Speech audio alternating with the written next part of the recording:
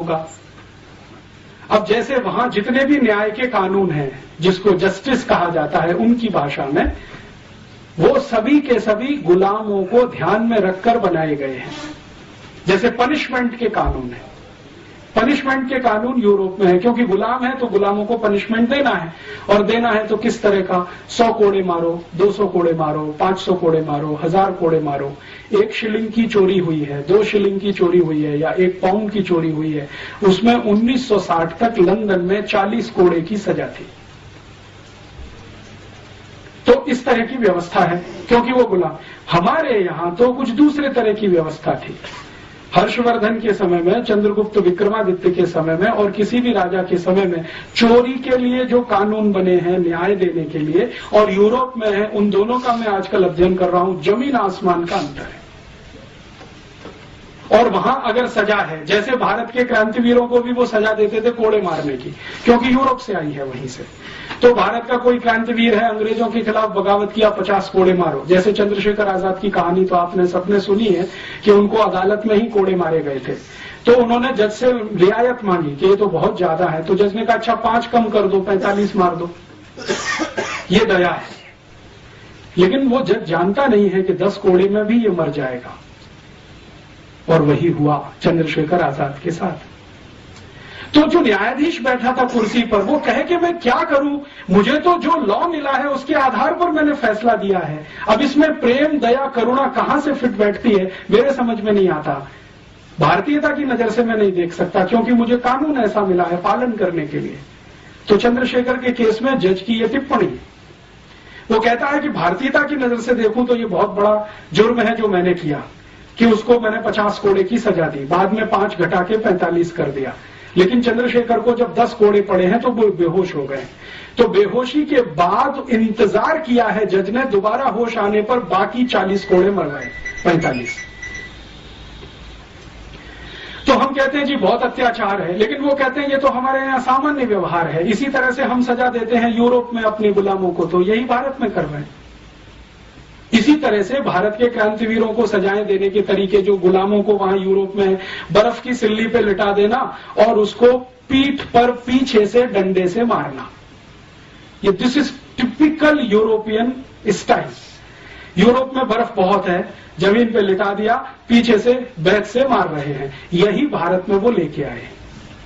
और विनायक दामोदर सावरकर को पहली बार जब अरेस्ट किया है तो उनको यही दंड है, बर्फ की सिल्ली पे लिटाकर पीछे से केन से मारना, जब तक बेहोश ना हो जाए तब तक मारना। तो ये जो कुछ भी वो कर रहे हैं यहां, हमको ऐसा लगता है अत्याचार कर रहे हैं क्योंकि हमारी मान्यता के, वो कहते हैं कि हम तो न्याय दे रहे हैं क्योंकि उनकी मान्यता के। तो झगड़ा यही है, और इसी झगड़े को गांधी जी ने सभ्यता का झगड़ा बताया। और गांधी जी ने ये जो कहा कि ये शैतानी सभ्यता है, शायद वो यही सब कारण से, वो कहते हैं ये शैतान से भी गिरे हुए हैं। तो अब हमें यह तय करना है कि जो शैतानी सभ्यता गांधी जी बोल गए और जो दिखाई भी देती है उनके दस्तावेजों में, उसको अंधानुकरण करें या अपनी सभ्यता, अपनी संस्कृति और अपनी मान्यताओं के पीछे चलें। ये बड़ा प्रश्न इस समय हमारे देश में है। फिर हम ये कह सकते हैं कि हाँ, भारतीय सभ्यता में सब कुछ अच्छा है क्या, संस्कृति में सब कुछ अच्छा है? नहीं है, बहुत कुछ खराब है, क्योंकि सभी सभ्यताओं में बहुत कुछ खराब होता है, बहुत कुछ अच्छा होता है। तो हमारी सभ्यता संस्कृति में भी बहुत कुछ खराब आ गया है, शायद वो नकल से आया हो। सबसे बड़ी खराबी अपनी सभ्यता में जो पिछले 200, 250, 500 वर्षों में आई है, या शायद ज्यादा आ गई हो, कि हमने जातियों के आधार पर ऊंच नीच कर दिया इस देश में। ये अपर कास्ट है, ये लोअर कास्ट है, ये बैकवर्ड क्लास है, ये फॉरवर्ड क्लास है, ये ब्राह्मण है, ये चमार है, ये चमार नीचा है, ब्राह्मण ऊंचा है, क्योंकि चमार हाथ से काम करता है, ब्राह्मण दिमाग से काम करता है। ये जो ऊंच नीच है, ये शायद हमारी सभ्यता की सबसे बड़ी बुराई हो।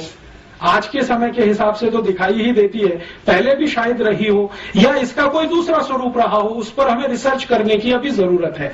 तो हमें ऐसा लगता है कि ये खराब है। तो सभी सभ्यताओं के विकास में ये एक मूल क्रम होता है कि जो खराब है उसको छोड़ते जाओ, जो अच्छा है उसको और अच्छा बनाते चले जाओ। सभ्यताओं का विकास ऐसे ही होता है।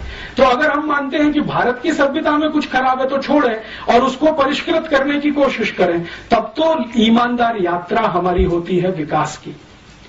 लेकिन अगर अपनी सभ्यता को ही छोड़ दें उसकी बुराई अच्छाई तो बात ही ना करें और सब कुछ विदेशी सभ्यता में अच्छा ही अच्छा है, बिना जाने बिना समझे उसको आयातित करें, तो ये तो सर्वनाश की तरफ ले जाएगी, जो गांधी जी कहते हैं।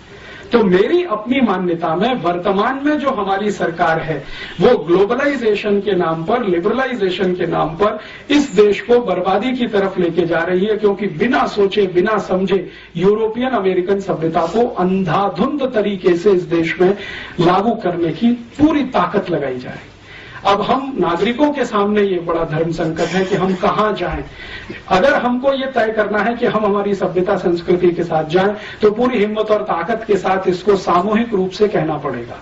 और या तो हम समूह के रूप में ये तय कर लें कि हमको अमरीकी होना ही अच्छा है, जैसे पंडित नेहरू मानते हैं और आज के प्रधानमंत्री भी मानते हैं कि हम यूरोपियन हो जाएं, अमेरिकन हो जाएं, उसी में हमारी भलाई है, तो पूरा समाज ईमानदारी के साथ अमरीकी और यूरोपीय हो जाए, मुझे उसमें कोई बुराई नहीं लगती। या तो हम ईमानदारी से अमरीकी यूरोपीय हो जाएं या ईमानदारी से भारतीय रह जाएं। ये जो बीच की खिचड़ी है, क्योंकि फ्यूजन कहीं नहीं होता है, हो नहीं सकता है, सभ्यताओं में तो नहीं हो सकता है, तो फ्यूजन करने की कोशिश करेंगे तो उसमें से कोई अभीष्ट नहीं निकलेगा, हमारे लायक नहीं होगा। इतना ही कहकर इस व्याख्यान को मैं विराम देता हूं।